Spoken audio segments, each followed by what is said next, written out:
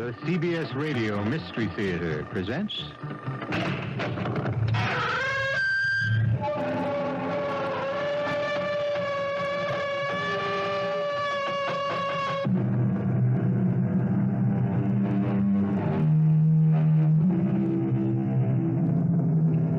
Come in. Welcome. I'm E.G. Marshall. My tale is about murder. That crime of crimes.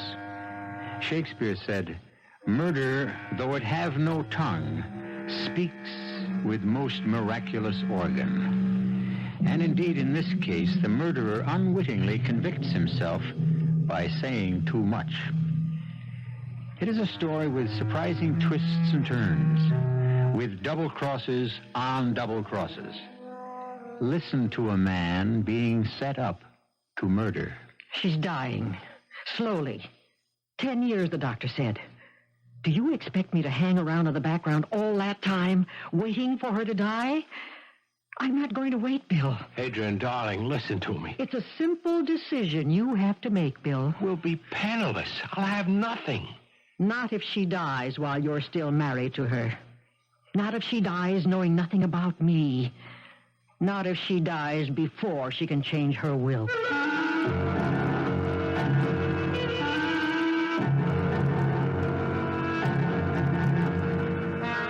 Our mystery drama, Turnabout is Foul Play, was written especially for the Mystery Theater by Sidney Sloan and stars Mason Adams and Vicky Vola. It is sponsored in part by Contact, the 12-hour cold capsule, and Anheuser-Busch Incorporated, brewers of Budweiser. I'll be back shortly with Act One.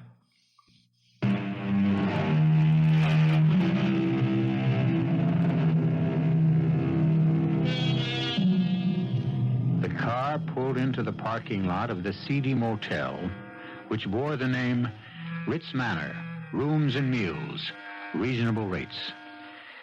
Seated at the wheel of the modest car, obviously a rental, is a handsome, well-dressed man in his middle 30s. At his side is an equally attractive woman whose appearance and manner would make her stand out in any company. The man parks the car in front of Cabana Numero 4, as it is called on the sign posted over the door.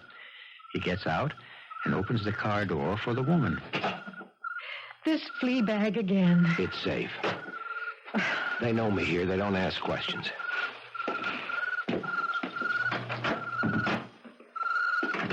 Oh, good Lord, it's stifling in here. Turn on the air conditioning. Okay. It'll be cool in a few minutes. Should be some ice in the fridge. Do you want a drink? Thanks. I'll take it without adulteration. There you are. Thanks, darling. He's looking at you. Well, that's better. Much better. I hope it improves your mood. You've been in a miserable state from the moment I picked you up. Do you blame me, Bill? Oh, come on, Adrian. Meeting in little out-of-the-way restaurants, going to cheap motels, hiding on side streets, scared stiff we might be seen together. It won't be forever. How long is forever? We've known each other for 2 years. No, not now. Not again. Are we going to rehash that old business? No rehash, Bill. We're going to decide what we must do. We can't put it off any longer. The divorce is out. Anne wouldn't stand for it. She can't keep you tied to her if you don't want to stay. Oh, yes, she can. It's all her money. All of it. I don't have a dime unless she gives it to me. Well, there's an answer to that, too. What? She's not well. You're her husband. You'll get it all when she dies. Well, if you mean waiting... You told me yourself that the doctor said... Dr. Richardson said she wouldn't recover, but he also said that it was the kind of illness that could go on and on. She could live another 10 years. Why? Why? It's the nature of her illness. I'm not talking about her illness. There are other ways. You're not actually suggesting... I'll give it to you cold and clear. 1, you're married to her. You love me. 2, she's ill, dying. But now hear me out. She's dying, slowly. 10 years, you said. Do you expect me to hang around for 10 years? I won't wait, Bill. Adrian, darling, listen to me. It's a simple decision you have to make. Adrian or Anne? We'll be penniless. I'll have nothing. Not if she dies while you're still married. Not if she dies knowing nothing about me.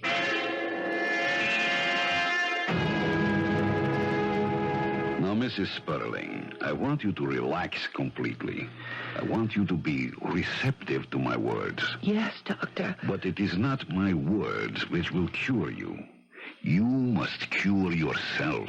Oh, but Dr. Lupescu, Dr. Richardson My dear said lady, that... I said I would not treat your case unless you gave me your full confidence. Has this Dr. Richardson held out any hope for you? No. He's been very honest with me. He told me that my time was limited. There, you see? Words like that can be destructive. They are negative and have no place in my work. You must think and feel positive. You are to get well. Yes, Doctor. Have you sent this Dr. Richardson away? Oh, that would be rather difficult. Why? Well, Dr. Richardson's been an old friend for many years. He'd be hurt. My dear lady, yes, it is obvious that I have little influence on you. And if that is the case, I cannot do you any good. So, madam, I bid you goodbye. I shall not return. Oh, no, please. Oh, please don't go. You give me hope. I'll do anything you ask. You will obey me completely. Yes, yes. Very well. I shall continue. If, however, I feel that you have the slightest doubt, I shall terminate our relationship immediately. There will be no second chance. I understand. And I agree. Very well. Now, I am going to put you to sleep. A gentle sleep. A healing sleep. Now, lean back. Relax. Relax completely. There, that is better. Now, concentrate on my eyes. Look deep into them. Deep. The world is receding. You can feel nothing. You can see nothing but my eyes. Now, sleep. Sleep. Sleep. Mrs. Sperling, you are asleep, but you can hear my voice. You will obey my commands. Answer me. I will obey your commands. You will awaken in a moment or two, and you will feel better than you have felt for a long time. Yes. Yes. I am going to give you a post-hypnotic suggestion. You will, after I have been gone an hour, ask for the telephone. It will be brought to your bedside. You will call your attorney, Harold Gifford, and you will ask him to come here next Wednesday at 2 o'clock in the afternoon. All you will say to him on the phone is that you wish to change your will. I'll tell you Wednesday morning how you will change your will.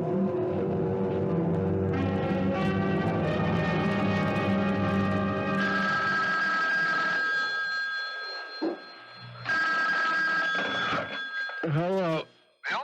Yeah. This is Harold, Bill. I wake you? No, I've been up for hours. What's a good word, Harold? Are you breaking our golf date? No, nothing like that. Mind if I ask you a personal question? Oh, go ahead. You're our lawyer, aren't you? I am also your friend. Bill, Yeah. how are you and Ann getting along? How are we get... What's a funny question? Fine, I guess. Anything happened recently? A quarrel? Serious misunderstanding? Another woman? No quarrel, no misunderstanding. Ann loves me. I take the fifth on the last question about another woman. Anyway, Ann doesn't know about it. What goes? Forget it. Sorry, I woke Now, wait a minute. You can't ask me all sorts of personal questions and then hang up without telling me why you're asking them. Has Ann been talking to you? Legal ethics, Bill. Can't answer that. Then she has been talking to you. Bill, About us, that is. I'm her lawyer, Bill. I To can't. hell with your legal ethics. You were my friend before you were our lawyer. I'm ringing off, Bill. If she want a divorce, Wouldn't she have told you if she did? she's changing her will. That's it. She's changing her will. Harold, that's it, isn't it? That's what you've been trying to tell me. I haven't been trying to tell you anything, Bill. Okay, counselor. Thanks anyway. I'm going to have a talk with her. Leave my name out of it. And by the way, double-check that new doctor of hers, the Pescu. Lepescu, Sure, I'll check him out. And thanks again. You have spoken with your attorney, Mrs. Sperling? I have spoken with him, Doctor. The will is being changed in accordance with your instructions. Good. Now, when I clap my hands, you will awaken, refreshed, and in excellent spirits. There, Mrs. Sperling. How are you feeling? Wonderful. Oh, I feel so relaxed. I told you that you would. Come in. Oh, I'm not disturbing anything, Ellen. No, darling. I want you to meet Dr. Lupescu. Doctor, this is my husband. I do. Ann, dear, whatever happened to Dr. Richardson? Nothing, Bill. But Dr. Lupescu's been able to help me. When old Dr. Richardson couldn't. Mr. Sperling, my services to your wife can be terminated with a word. Well, here's the word. Send me your charges, Dr. Lupescu, or perhaps you'd like a check right now. Bill, you don't know what you're saying. Dr. Lupescu's very necessary to my health. He's done more for me in a short time. Please, madam. Please, do not defend me. I will leave you to settle this matter between you. But you will come back, Doctor. What, you'd ask him to come back Please, after... Mr. Sperling, consider the state of your wife's health before you make irrevocable statement. Well, if you would kindly leave, I'd be able to speak to my wife about the state of her health. Good day. Oh, Bill, what have you done? And listen to me. He calls himself doctor. Whether he is or not is a matter for You conjecture. don't know anything against him. And without knowing, with just your suspicions, you rush in here, you insult them. And listen to me. No, I'm not going to listen to you. You don't have my welfare at heart. He's turning you against me. That I do know. What? What are you saying? What was Harold Gifford doing here yesterday? What? Why do you ask? He was here, wasn't he? Yes, he dropped in to see how I was feeling. It was just a friendly call. Harold's an old friend. He's also our lawyer. Yes? Did you call him and ask him to come here, or did he just drop in, as you say? I don't understand, Bill. What's all this got to do with us? With Dr. A Lupescu? great deal. I don't know what part, if any, that phony doctor has in this, but did you, and I want you to answer this honestly, did you tell Harold that you wanted to change your will? No. That's the truth? Did Harold tell you that I did? No, he couldn't. Confidential matter between attorney and client. Well, then why are you so worked up? Did you think I was cutting you out? I don't know what I thought. Because it isn't true. I love you, Bill. I haven't been much of a wife to you since I came down with this thing. And let's not talk No, about it. we must. There's no point in pretending that I'm going to get well. I'm not. And after I go, everything I have will be yours, Bill. I want it to be that way. Because I love you.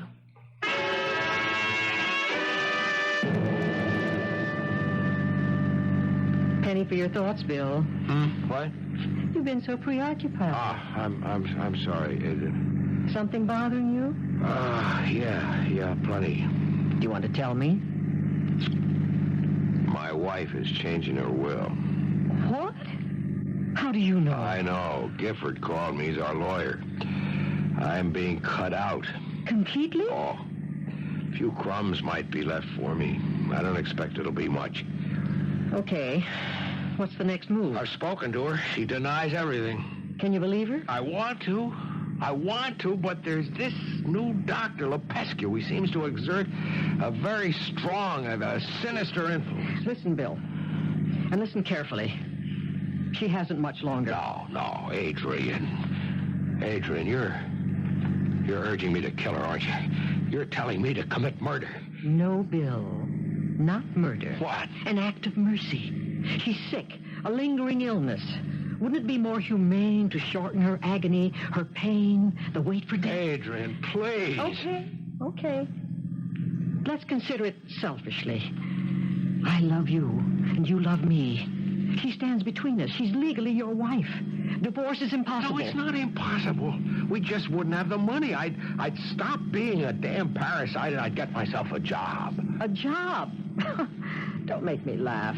At what? You've never done a thing in your life but play tennis, golf, or backgammon. So all you loved about me was the money I would get. No, Bill. But the money was one of the considerations. With the money out of the picture, it doesn't quite balance. Now, let's stop fighting each other and start doing something constructive about it. What do you say, darling? Yeah. Let's go over the road again. Anne is dying. To help her is an act of mercy.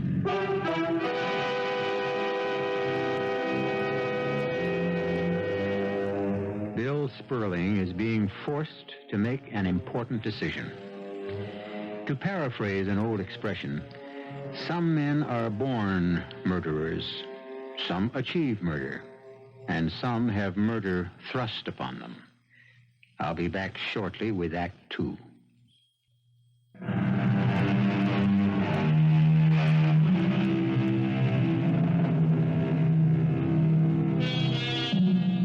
The die is cast. The game is set. A woman is to be murdered so that her husband and his friend can live happily ever after on her money. As yet, the marked woman is unaware of the fate in store for her. She calls her attorney and asks him to come to her bedside. You seemed very disturbed when you called me, Anne, but you were very evasive when I asked you what was bothering you. Well, I couldn't speak freely. The doctor was with me at the time. I want to talk to you about that doctor. Well, I won't listen to anything against him, Harold. Look, Anne, I'm not speaking as your attorney. I'm speaking as your friend. Lepescu... Well, Lepescu is... Dr. Lepescu. Okay, Dr. Lepescu. Anne, he worries me. Why? He's only been your physician for a short time. 2 months. That's a very short time, don't you think, for you to be placing so much confidence in him? The way you hesitated. I know you were thinking of something else when you said confidence. Well, yes, I was. That guy may be after your money. Oh, Harold, I won't listen to this from you. Well, damn it, Anne, you are changing your will in his favor. Yes. And you've denied it when Bill questioned you. Have you? No, wait a minute. I've told him nothing, but he guessed what you had in mind. Well, I can't control his guessing. Why are you doing this, Anne? Why? Because Dr. Lepescu has great work to accomplish in this world, and my useless money can be the beginning of a great medical research foundation. Bunk. What? Unadulterated bunk. Oh, I'd stop that right now. Look, I've known you, and I've liked you for many years. Okay, I'm sorry. He's a great man. But what about Bill? Why are you cutting him off? I'm going to set up a trust fund that will make... I know. You told me, Anne. You're going to give him a handout, a modest little allowance. Enough to meet his needs. And no more. Harold, I think I must ask you if you intend to carry out my wishes. Sure. But I feel it my duty to... Your duty is to me, your client, to obey my wishes. If you're in your right mind, Anne. I assure you, I know exactly what I'm doing. Do you? Do you really?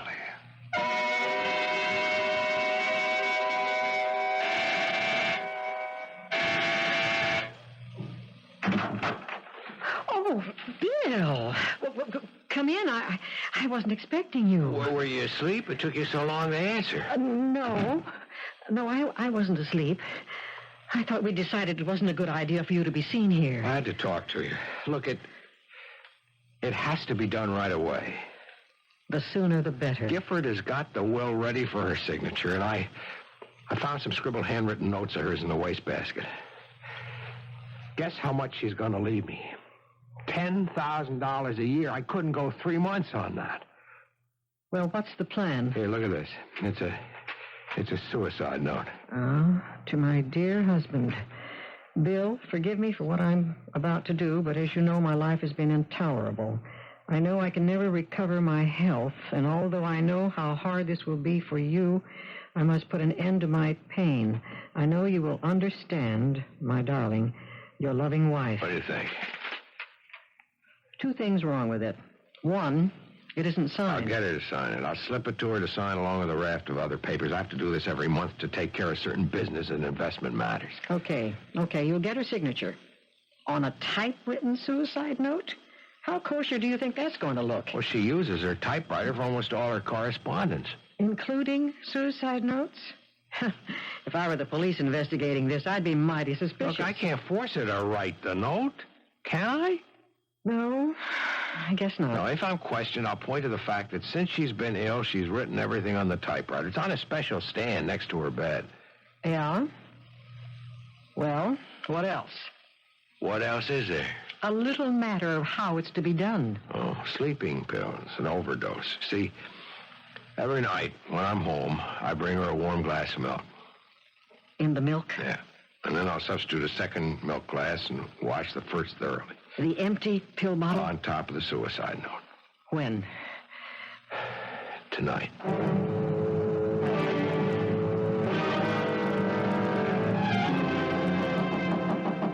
Yes?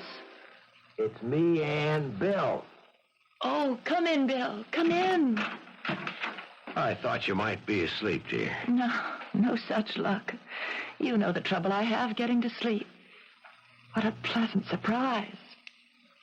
Oh, you brought me my milk. Just like old times. The good old times. Remember? Yeah, like old times. Henrietta's taken over your job. She's been bringing you my bedtime milk. Yeah, I told her she wouldn't be needed tonight. Well, glad to see you back on the job. Would you like to take it now while it's nice and warm? Just set it down, dear. I'll drink it in a minute. I want to talk to you. That reminds me. It's first of the month. All those papers to sign. I got them here in my briefcase. In a minute. Let's talk. No. Business first, then conversation. It's only take a couple of seconds. Here you are, Ann. It's only a few. Now sign right here. Right. And here. Right. Now here. And here. There, that was quick, wasn't it? Now for our conversation. Oh, wait. One more item to be disposed of first. The milk. Oh, leave it there, Bill. I'll drink it. I don't like it too warm anyway. But, Ann... Don't fuss over me. Look, Bill, I've got something serious to tell you. What? Well, I've been speaking with Harold, and he tells me that I'm not being fair to you. When you asked me the other day whether I was changing my will, I lied to you. I don't know why I did, but something inside me made me lie. I suspect. And even speaking to Harold yesterday, I was suddenly and unaccountably angry when he mentioned you and said that what I was planning wasn't quite fair to you. Well, why are you telling me this now, Ann? I don't know. But the restriction which kept me from telling you everything is suddenly gone. Go on. And I wanted to say that if you object to what I have in mind, I'll drop it completely, and I'll order Harold to destroy the new will. I haven't signed it yet. Ann, you're too wonderful. You're too kind. I don't deserve your love. Oh, darling, I've never seen you like this. Oh, I've been a rotten husband to you. But I'm going to change. You'll see, I'm going to change. I'm going to be with you every hour of the day. I'll never leave your side. Darling. I love you. Bill, darling. Oh, it's so good to have you back again. I know that you've strayed. When you took that apartment, I knew. And listen. Don't explain. I don't want an explanation. I don't need them. You're back. That's good enough for me. Oh, no, it is getting late. It's long past my bedtime, and Time for my warm milk. No, give that glass to me. Darling, you've spilled it. No, it's no good. It's cold. Let me get you another glass. Don't bother. I'll sleep without it. Just kiss me goodnight. Oh, it's wonderful to have you back, my dear. My Bill. What? Hello? Miss Barley? Yes? Dr. Lupescu is here. Send him away, Ann. Tell him to go away. Oh, I can't do that, Bill. Ask Dr. Lupescu to come up, Henrietta. Then I'm going. Bill. But, Bill, you'll be back. I don't know. Maybe I will, maybe not. Good night, Ann.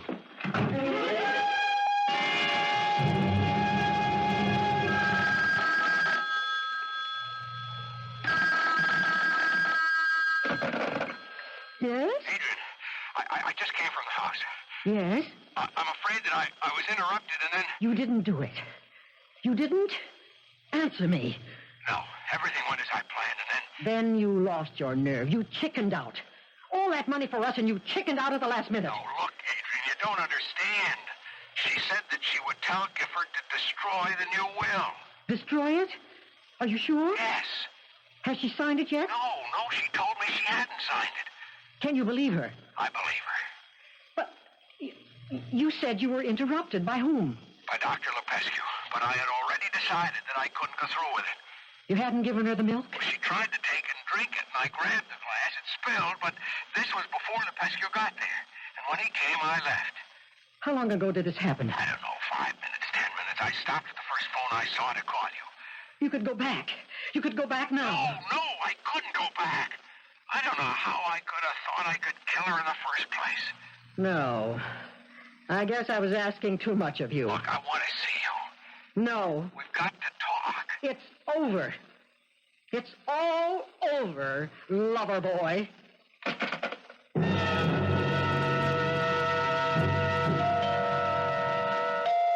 Coming. Oh, Harold, come on in. Been trying to reach you for the last 3 days. Where have you been? On my boat. I just got back to the apartment 20 minutes ago. Alone? Alone on the boat? Yeah. I just didn't want to see anybody, talk to anybody. Or listen to the radio? Just the weather reports. I see. Well, it's going to look very bad. What is? You're being gone this time. What does my being away for 3 days have to do with anything? Everybody's been looking for you. Anne is dead. What? Anne? Oh, good Lord. Anne. Look, you don't have to put on a performance for me, Bill. Performance? Everybody knows that your marriage to Anne was anything but perfection. I loved her.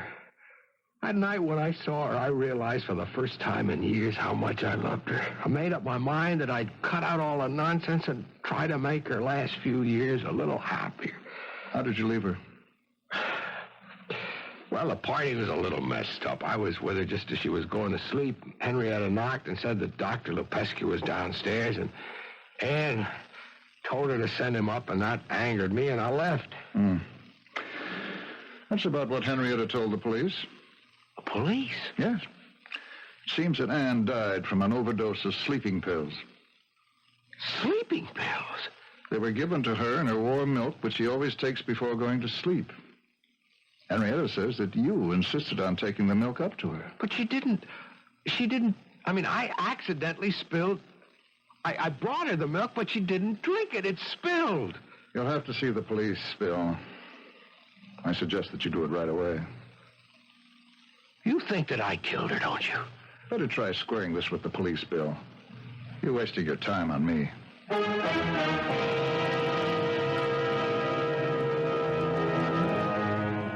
After Harold Gifford left, Bill stared into space, unable to comprehend the events which had swirled around him and now threatened to overwhelm him completely.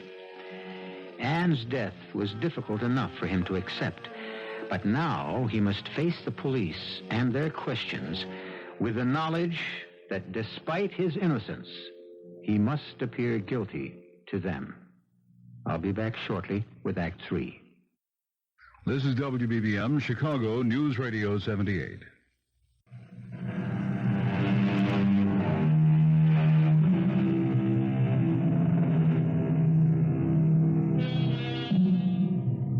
Bill Sperling's life had taken on all the aspects of a nightmare.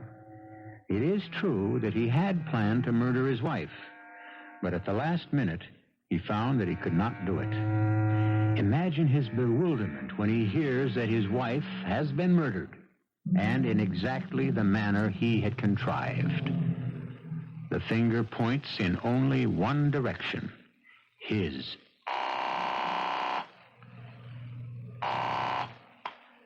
Hello? Adrian, Yes. I've got to see you. No, it's over. Thought we settled all that. It's terribly important. Anne is dead. Strange the way you said that. Strange? She's been dead since last Wednesday night. I heard it on the late news. You act as if you just found out. I have. I've been away on my boat. What? Another story? You putting me on, Billy boy? I didn't do it. I'm telling you the truth. I swear I didn't know. Ah, that's very good. What are you going to do, plead loss of memory? I told you, Adrian, I didn't do it. You know I didn't do it. Trying to set me up for an alibi? Well, I don't want any part of it. Please don't call me again. I won't be involved. You can be made to talk. You can be made to testify. Sure. You go right ahead and bring me into court. I'll say you planned it. Milk, sleeping pills, phony suicide note, the whole dirty wash. Adrian, you can't. Try me. I'd advise you to leave my name out of it. Bye. Hello. Hello, hello, hello, hello. Oh, now, come on. Who is that? Yes? Mr. Sperling? William Sperling? Yeah. Sergeant Joseph Marchetti, homicide. Can I come in? Yeah, sure. Come on in. Thanks. Mind if I come right to the point, Mr. Sperling? Please do. Your wife was murdered, Mr. Sperling, and you were a prime suspect. That's purely conjecture, Mr. Sergeant. Sergeant. Sperling. Sergeant Marchetti. Okay, Sergeant. Are you charging me with my wife's murder? Would you like to hear what I've been able to find out while you were, missing for 3 days? I can explain my absence. You'll get plenty of chance to do that. But listen to me first, huh? A guy goes to see his wife. Then he gives her a glass of warm milk. I can... Wait till I finish. A glass of milk has a lot of sleeping tablets melted in it. Enough to knock off a healthy woman. But Mrs. Sperling is a sick woman. Very weak. She goes very fast in spite of all that Dr. Lepescu, he got there a few minutes after she drank the milk, could do to help her. You said murder a moment ago. Isn't it possible that my wife, being in poor health, committed suicide? I'm glad you brought that up, Mr. Sperling. There was a suicide note. Well? We found it later. Yes. It was addressed to you. Typewritten. All my wife's correspondence for the last couple of years was done on the typewriter. She had it next to her bed. Okay, so she typed the note. But it's the signature that bothers me. You can easily determine whether or not it's genuine. Oh, we had a handwriting expert look at it. And? It's her signature, all right. No doubt about that. Only one thing. What? Why should she start off by addressing the letter to my dear husband, and then end up by signing it real formal, Anne Sperling? Can you explain that, Mr. Sperling?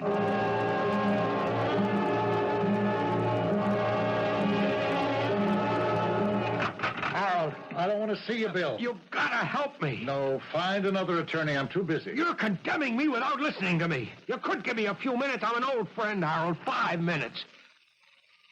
I'll give you 5 minutes. Start talking. Okay. Now, look, I must tell you that when I came into Anne's room that night, I did so with the intention of killing her.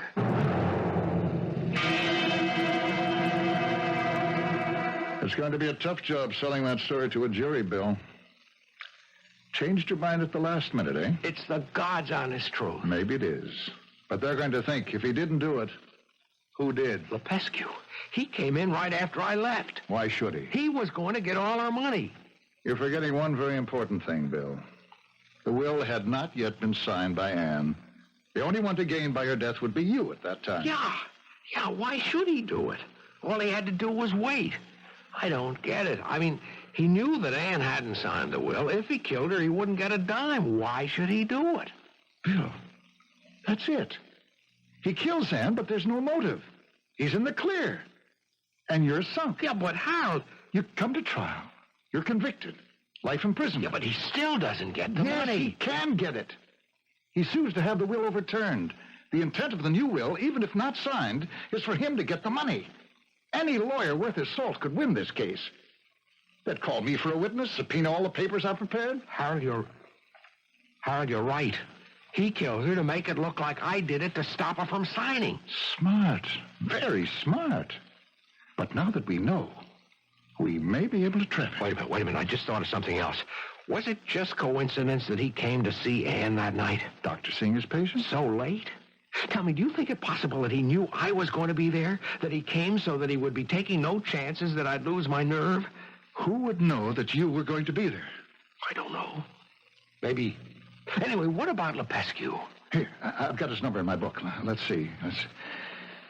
Here, I have it. Bill, get on the other phone, quick.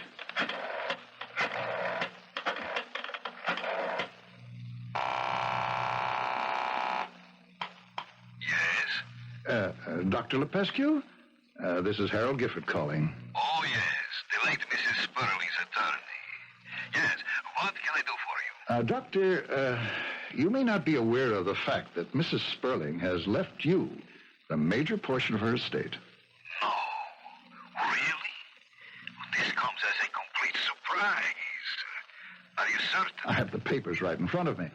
Now, there's only one little hitch. Hitch? What is it, hitch? Trouble. It seems that Mr. Sperling intends to take the matter to court to have the will thrown out.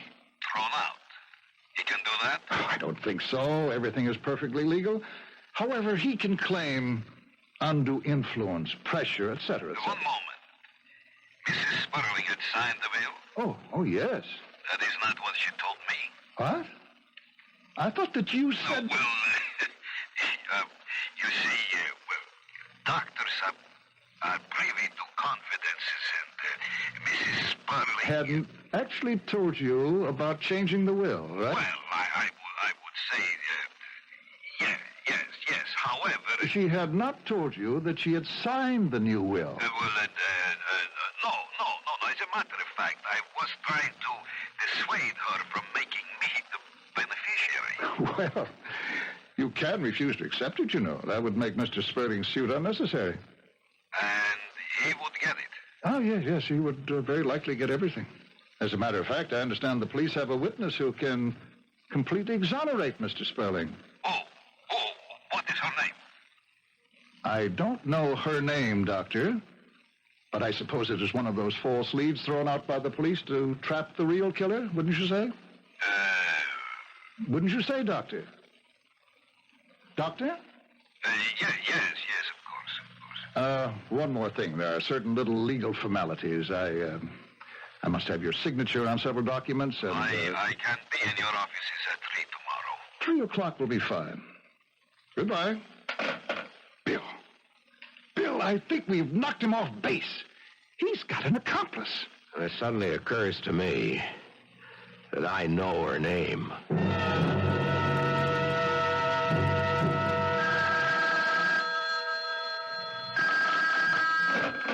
Hello? Adrian? Damn it, Bill. I told you not to... Don't hang up, please. Now, look, I've got to see you. No, that's impossible. I just heard on the news that you'd been arrested. I'm out on bail. I'm coming over. No, if you come here... Coming. Didn't you plan this thing with me? Bill, you leave me out of this. I warn you, it'll do you no good to involve me. Stay right where you are. I'm coming over. Bill! Oh, I've got to get out of here.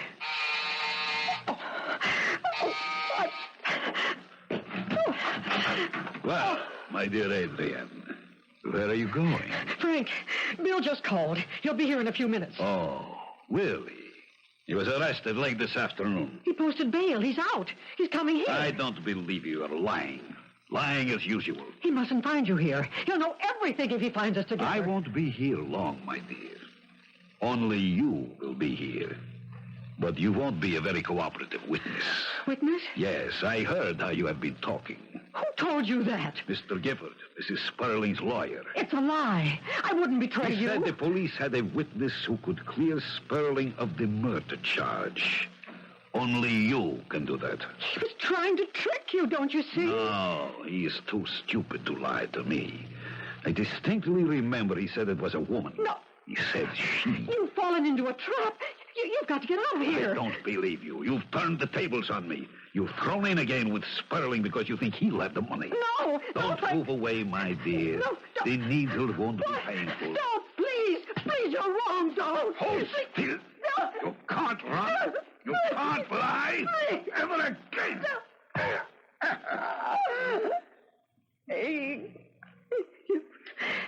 You.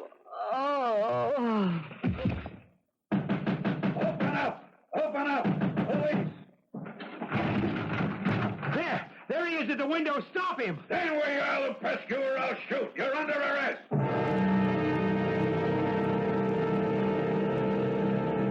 And you'll be interested to know, Bill, that the DA has dropped all charges against you. You're free to do anything you please, go anywhere you please. Yeah. You're a very lucky guy. You got off easy. But you don't seem very happy. I'm not. Harold, I realize what a miserable character I am. You'll get over it. The money will help you forget. About that money, Yeah. I want you to set up some sort of thing where it can be given away. Give it away in Ann's name, all of it. I see. What about you? Me? I'll make out. I'll make out.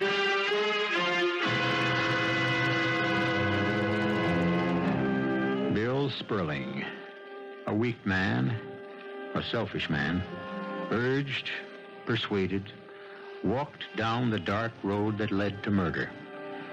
Only a last-second breath of decency deterred him from his purpose and made him realize that he almost killed the one person in the world he loved and who loved him. I'll be back in a moment.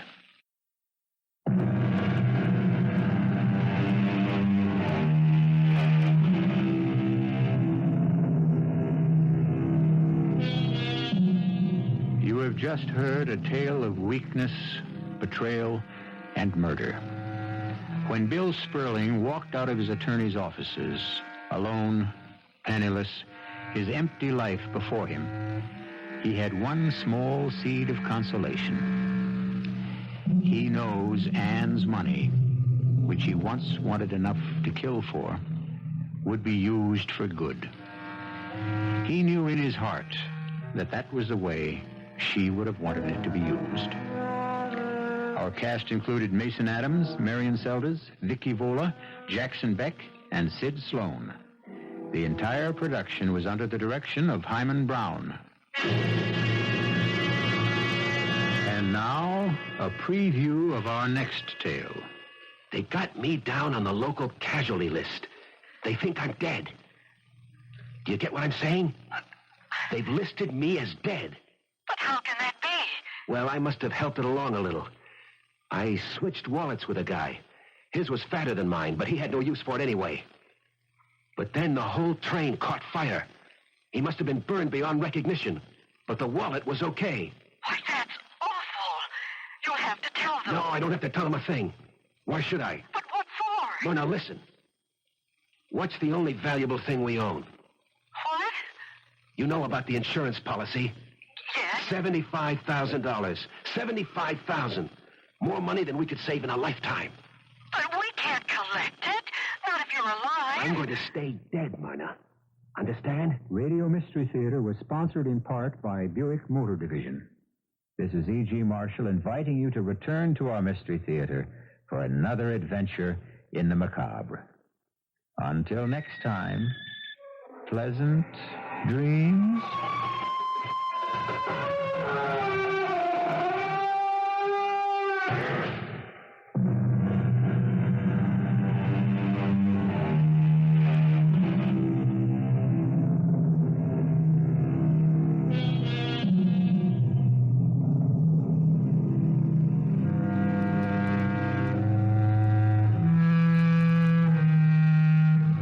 CBS News is next on WBBM Chicago.